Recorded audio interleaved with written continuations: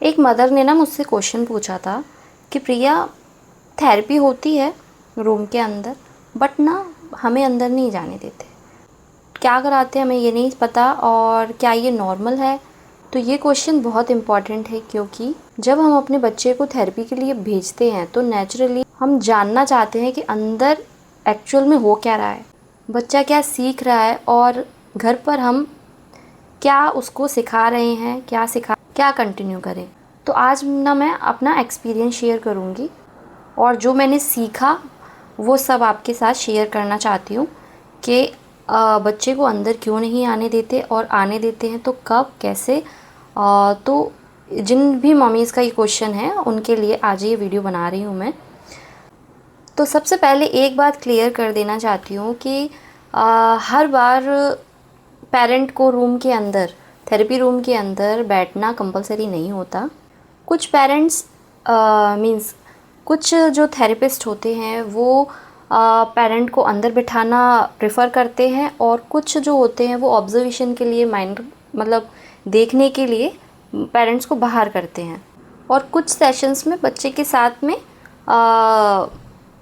जो थेरेपिस्ट हैं वो अलोन अकेले काम करते हैं।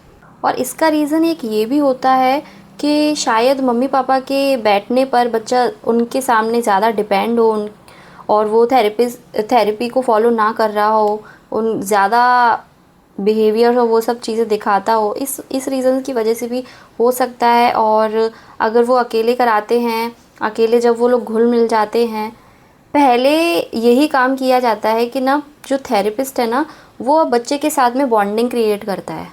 पहले वैसे स्टार्टिंग में मदर्स और मतलब पेरेंट्स को आने देते हैं बट कुछ टाइम बाद वो ऑब्जर्वेशन के लिए पेरेंट्स को बाहर भेजते हैं कि बच्चा ठीक से कर रहा है कि नहीं। और एक चीज़ आपको ज़रूर से देखनी है कि थेरेपी में आखिर कर क्या रहे हैं वो थेरेपिस्ट, आपको बता रहे हैं या नहीं बता रहे हैं कि वो किस स्किल पे काम कर रहे हैं, और साथ ही वो मतलब आपको घर के लिए क्या गाइडेंस दे रहे हैं कि आपको क्या फॉलो करना है घर पे। ये कहना सही नहीं होगा कि थेरेपी गलत हो रही है या थेरेपिस्ट गलत है। उनके अपने अलग, लेकिन ऐसा भी नहीं करना है कि आपको बिल्कुल डिपेंड हो जाना है थेरेपी के ऊपर, कि बिल्कुल ब्लाइंडली आपको विश्वास कर लेना है जो थेरेपी चल रही है। ऐसा बिल्कुल भी नहीं करना है। आपको अपना भी दिमाग लगाना है, अपने भी स्किल्स को डेवलप करना है, अपने आप को भी देखना है, ठीक है।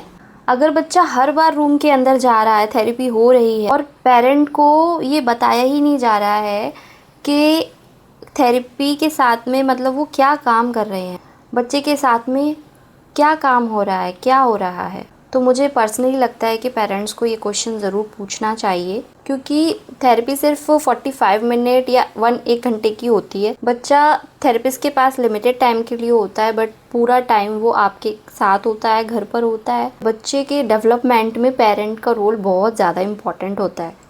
इसलिए आपको ये पता होना चाहिए कि मेरे बच्चे के साथ में आज क्या करा रहा है, कि मेरे बच्चे ने आज क्या किया, क्या सीखा, क्या कराया गया, किस स्किल पर काम हुआ, क्या डिफ़िकल्टी आई और मैं घर पर उस स्किल पर कैसे काम करूं और कैसे काम करवा सकती हूँ। तो मैं अपना पर्सनल एक्सपीरियंस शेयर करती हूँ कि मुझे शिवांश की जब थेरेपी चलती थी तो मुझे एक चीज़ समझ में आई कि सिर्फ बच्चे को थेरेपिस्ट के पास भेज देना इनफ नहीं है, मुझे भी सीखना पड़े। अगर थेरेपिस्ट अटेंशन पे काम कर रहा है तो मुझे घर पर उसी स्किल को डेली रूटीन में फॉलो करना, उसी को मतलब इंक्लूड भी करना है। अगर कम्युनिकेशन पे काम हो रहा है तो मुझे घर पर उसके कम्युनिकेट करने की अपॉर्चुनिटी है वो देनी है। और अगर सेंसरी या बिहेवियर पे काम हो रहा है तो मुझे समझना है कि ट्रिगर क्या है, उस सिचुएशन को मैं उस सिचुएशन में क्या कर सकती हूँ।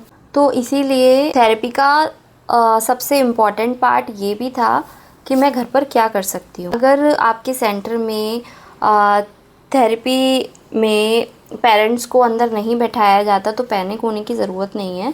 पहले कामली थेरेपिस्ट से पूछिए कि आप आज बच्चे के किस स्किल पर काम करेंगे, घर पर मैं इसको कैसे प्रैक्टिस करवा सकती हूँ, मेरे बच्चे के लिए अभी बिगेस्ट डिफ़िकल्टी क्या है। और अगर पॉसिबल हो तो कभी कभी थेरेपिस्ट से जो भी आपने गोल्स डिसाइड किए हैं वो आप अपने पास भी नोट करके रखिए, क्या क्या गोल्स हैं, किस किस पे काम करना है। थेरेपिस्ट पहले यही ऑब्ज़र्व करते हैं, नोट करते हैं, फिर उसके ऊपर काम करते हैं। ऐसा ऐसा मेरे शिवांश के साथ भी ऐसा ही हुआ था। उन्होंने पहले ऑब्ज़र्व किया था, सब चीज़ें पर्सनली पूछी थी क्या क्या चीज़ें हैं, सब चीज़ें नोट की थी कि ये हमारे गोल्स हैं, सेटिंग पे काम करना है, अटेंशन पे, इस पे। तो हम ऐसे ऐसे स्टेप बाय स्टेप बात करते हैं या थेरेपिस्ट बताते हैं आपको खुद पर्सनली कि हम आज इस पे काम करेंगे और घर पे आपको कैसे प्रैक्टिस करनी है। तो ये सब आपके थेरेपिस्ट बताएंगे। और अगर नहीं बता रहे हैं, नहीं सिर्फ इतना बोल रहे थेरेपी हो गया और आप ले जाइए बस, और बाकी कुछ बता ही नहीं रहे हैं, या आप क्वेश्चन पूछ रहे हो तो ज़्यादा, तो ये गलत हो सकता है। आपको थेरेपिस्ट ज़रूर से चेंज कर देना चाहिए, मेरे पर्सनल एक्सपीरियंस से। शिवांश के टाइम पे भी जब वो मुझे देखकर या मैं जब रहती थी तब ज़्यादा वो ओवर एक्साइटेड, ओवर चीज़ें करता था, नहीं ध्यान देता था। तो पेरेंट्स को बाहर भेजते थे, मुझे भी बाहर भेजते थे पहले। बट स्टार्टिंग से नहीं भेजा जाता है, पहले ना वो बॉन्डिंग बनाते हैं पेरेंट्स के थ्रू, बच्चा और कोशिश भी करता है। तो सारे बच्चों का अलग अलग लेवल होता है। तो किसी भी बच्चे को देखकर आप कॉपी करके ये मत सोचिए कि ये ऐसे कर रहा है, वैसे कर रहा है, हमारा नहीं कर रहा है। तो बिल्कुल भी नहीं, घबराने की बात है, सारे बच्चे अलग होते हैं। तो मैं लास्ट में यही बोलूँगी कि अगर आपके थेरेपिस्ट ये बोलते हैं आपको, मतलब थेरेपी के बारे में कुछ भी इन्फॉर्मेशन नहीं है, मतलब नहीं दी जा रही है कोई भी इन्फॉर्मेशन वहाँ से, आपको बच्चे के गोल्स ही नहीं पता, आपको घर के लिए कोई गाइडेंस नहीं मिल रही, और आपको बस हमेशा यही कह दिया जा रहा है थेरेपी हो गई और आप घर ले जाइए, तो आपको क्वेश्चन ज़रूर पूछने हैं, क्योंकि आप बच्चे के पेरेंट हो। तो आपको समझने की ज़रूरत है कि थेरेपी का गोल क्या है और प्रोग्रेस कैसे मेज़र हो रही है।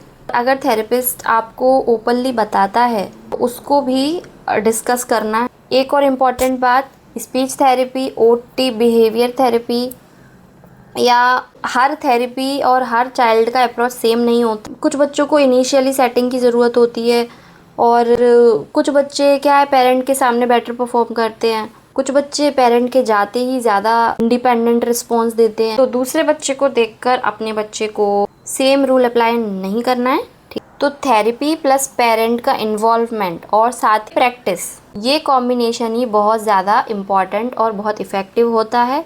आपको बस इतना समझना है कि बच्चा क्या सीख रहा है और आप उस स्किल को डेली लाइफ में कैसे सपोर्ट कर सकती हो। तो बस लास्ट में यही बोलूँगी कि किसी भी थेरेपी को ब्लाइंडली मतलब फॉलो मत करिए, और बिना समझे रिजेक्ट भी मत करिए। क्वेश्चंस पूछिए, ऑब्जर्व करिए, थेरेपिस्ट से कम्युनिकेट करिए, और अपने बच्चे की प्रोग्रेस में रेगुलरली सपोर्ट दीजिए।